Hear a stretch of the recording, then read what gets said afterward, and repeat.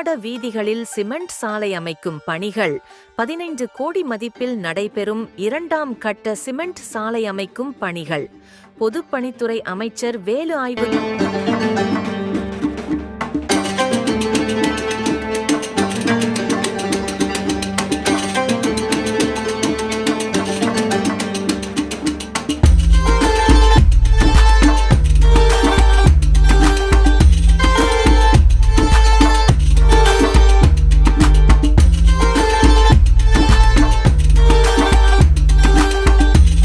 கடந்த தேர்தலின் போது மாட வீதிகளை சிமெண்ட் சாலையாக அமைக்கப்படும் என முதலமைச்சர் ஸ்டாலின் அவர்கள் கொடுத்த தேர்தல் வாக்குறுதியின்படி சாலை அமைக்கும் பணிகள் நடைபெற்றது.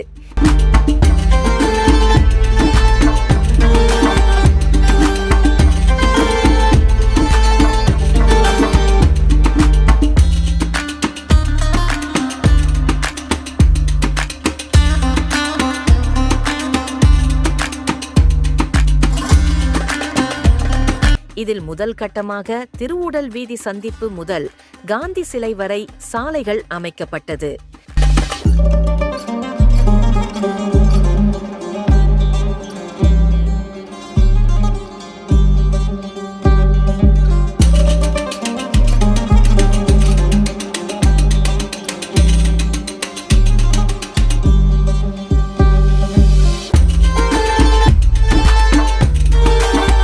தற்போது 2ஆம் கட்டமாக காந்தி சிலை முதல் திருவுடல் வீதி வரை சிமெண்ட் சாலையாக அமைக்கும் பணிகள் தற்போது தொடங்கிய நடைபெற்று வருகிறது.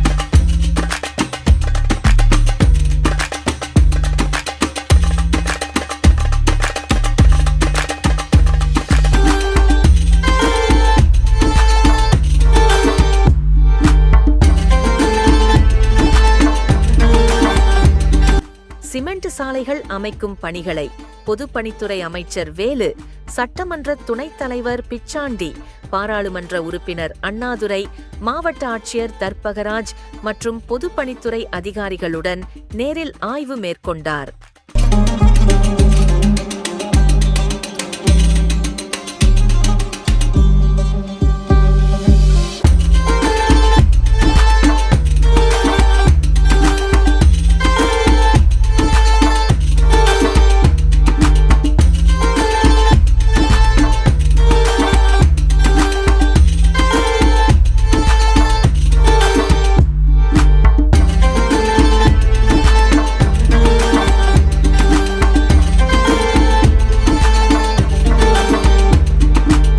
விமான ஓடுதளத்திற்கு நிகராக இந்த சிமெண்ட் சாலைகள் அமைக்கும் பணிகள் நடைபெற்று வருவதாகவும், இந்த பணிகள் அனைத்தும் வருகின்ற பணி விரைவாக முடிவடைய உரிய நடவடிக்கைகளை மேற்கொண்டு முடிக்க அதிகாரிகளுக்கு பொதுப்பணித்துறை அமைச்சர் வேலு உத்தரவிட்டார்.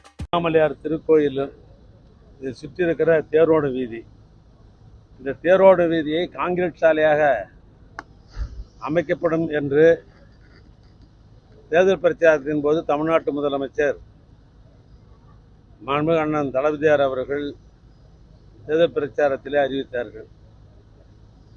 அந்த அடிப்படையில் காங்கிரீட் சாலை அமைப்பதற்காக 2 கட்டமாக நெடுஞ்சாலைத்துறையின் மூலமாக முடிவு செய்யப்பட்டு ஏற்கனவே 1 கிலோமீட்டர் தூரத்திற்கு சென்ற ஆண்டே காங்கிரீட் சாலை அமைக்கப்பட்டு தேர் ஓட்டப்பட்டது. மீதி எஞ்சியிருந்த 1.75 கிலோமீட்டர் தூரம் அதை 2வது கட்டமாக இந்த பணியை மேற்கொள்வது என்று நெடுஞ்சாலைத்துறை மூலமாக முடிவு செய்து பணிகள் ஒப்பந்தங்கள் கோரப்பட்டு பணிகள் தொடங்கப்பட்டது. ஏற்கனவே 2 முறை நான் ஆய்வை மேற்கொண்டேன். இந்த காங்கிரீட் சாலை என்பது பொதுவாக காங்கிரீட் சாலை என்பது கிராம பகுதியிலே அல்லது நகரப்பகுதியிலே போடுவதை போன்ற அல்ல. இது இவைகள் எப்படி என்று சொன்னால் இதனுடைய உறுதித்தன்மை அதிகமாக இருக்கணும். ஏன்னா இது தேரோடும் வீதி. இது என புகழ்பெற்ற அண்ணாமலையார் திருக்கோயிலுடைய தேர் கார்த்திகை தீபத்திலே ஓடும்.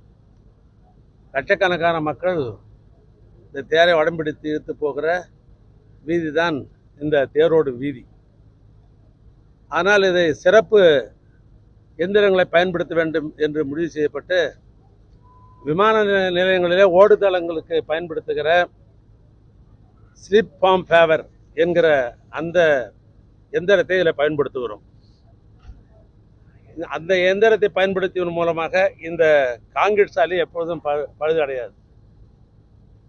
ஒரு 100 வருஷம் கூட கணக்கில் எடுத்துக்கலாம். ஒரு இலக்கு ஒரு 100 வருஷத்துக்கு கூட கணக்கு எடுத்துக்கலாம். ஏன்னா அந்த அடிப்படையில் முதல் கட்டமாக ஏற்கனவே 15 கோடி ரூபாய் முதலமைச்சர் அவர்கள் ஒதுக்கி தந்தார். இப்பொழுது இரண்டாவது கட்டமாக 15 கோடி ரூபாய் ஒதுக்கப்பட்ட இந்த பணிகள் நடைபெற்று கொண்டிருக்கிறது. ஒரு நாள் ஒரு பத்திரிகையில் பார்த்தேன், இந்த பணிகள் காலதாமதமாக நடைபெறுகிறது என்று நம்முடைய நண்பர்கள் ஏதோ ஒரு பத்திரிகையில் எழுதியிருந்தாங்க. இந்த சாதாரண காங்கிரீட்னா அவர் சொல்கிற மாதிரி 2 ராத்திரியில் போட்டு போயிடலாம். இந்த காலதாமதம்லாமா இல்லை. நாங்கள் ஏற்கனவே ஒப்பந்தம் கோரப்பட்டிருக்கிற நாட்கள் இன்னும் இருக்கிறது. அது இந்த ஒப்பந்த காலங்கள்லாம் முடிஞ்சாதான் அது காலதாமதம்னு சொல்லலாம். மொழிய ஒப்பந்த காலமே இன்னும் இருக்குது. ஆக எங்களுடைய மேற்பார்வை பொறியாளர், கோட்ட பொறியாளர் அழைத்து பேசி இன்றைக்கு இந்த பணிகள் எப்பொழுது முடியும் என்று நான் கேட்டேன். அவர்கள் செப்டம்பர் மாதம் 30ஆம் தேதிக்குள் இந்த பணிகளை நாங்கள் நிறைவு செய்து விடுவோம் என்று ஒரு உறுதியை என்னிடத்தில் கொடுத்திருக்கிறார்கள். இன்னொன்று, காலதாமதம் ஆவதற்கு ஏற்கனவே இன்னொரு காரணம் இருந்தது. இந்த காலதாமம் எடுத்துக்க முடியாது, ஒரு கோஆர்டினேஷன். ஆனால் அது தேரோட வீதி என்று சொன்னால் இந்த இருபுறமும் வியாபார வர்த்தகர்கள் இருக்கிறார்கள். இன்னும் வீடுகள் இருக்கிறது. வீடுகளுக்கு வேண்டிய குடிநீர் வசதியை செய்து தர வேண்டியது மாநகராட்சியுடைய பணி. இன்னொன்று பாதாள சாக்கடை இணைக்கிற பணிகள் ஒன்று. இன்னொன்று மின்சார இணைப்பு. இப்போ இதெல்லாம் மின்சார இணைப்பெல்லாம் பார்த்தீங்கன்னா ஏற்கனவே பார்த்தீங்கன்னா நம்முடைய நான் நின்று பேசுகிறது இது திருவுடல் தெருவுது. இதில் பார்த்தீங்கன்னா 2 பக்கம் பார்த்தீங்கன்னா ஒரே ஒயர் போய் கிராஸ்லாம் பண்ணி எக்கச்சக்கமாக இருக்கும். இப்போ அப்படி இல்லை. அது முதலமைச்சர் கவனத்துக்கு கொண்டு போய் மின்துறையின் மூலமாக அது இந்த மின்சார பாதை, அதாவது கம்பி விடம், அதன் மூலமாக கேபிள் போட்டு கொடுக்கணும் அப்படின்னு முடிவு பண்ணி அந்த பணிகள் ஒரு பக்கம் நடக்கிறது. ஆக கார்ப்பரேஷன், நெடுஞ்சாலைத்துறை, மின்சாரத்துறை, இந்த 3 துறைகளும் வாரம் மாவட்ட ஆட்சித்தலைவர்கள் ஒருங்கிணைத்து எங்கே காலதாமதம் ஏற்படுகிறதோ அதற்கு ஒரு ஊக்கத்தை தந்து அதன் மூலமாக இந்த பணிகள் சிறப்பாக நடைபெற்று கொண்டிருக்கிறது. எனவே தரமாக அந்த குறிப்பிட்ட காலகட்டங்களில் முதலமைச்சர் எண்ணிய எண்ணத்தை நெடுஞ்சாலைத்துறை மூலமாக நாங்கள் கட்டாயம் நிறைவேற்றுவோம்.